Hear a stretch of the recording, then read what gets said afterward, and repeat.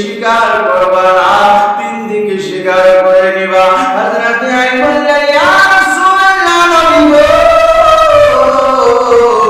ও দয়ার নবী মুস্তাফা, আমি আলী তিন দিকে শিকার করব। জলদি করে বাড়ি হযরত আলী রওনা হয়ে গেলেন। বাবা রওনা হয়ে যাওয়ার পরে হযরত আলী মুর্তজা শরিয়া খোদা একদিকে গেলেন, যাওয়ার পরে আলী শিকার করে দিলেন। হযরত আলী দেখতে পান কি সেই জায়গাতে শিকার হয়। দ্বিতীয় দিকে গেলেন, শিকার পাওয়া গেল না। তৃতীয় দিকে গেল, শিকার পাওয়া গেল না।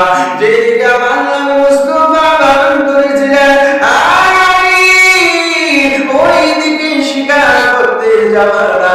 হযরত আলী বাবা একটু জানি করে আগিয়ে গেলেন।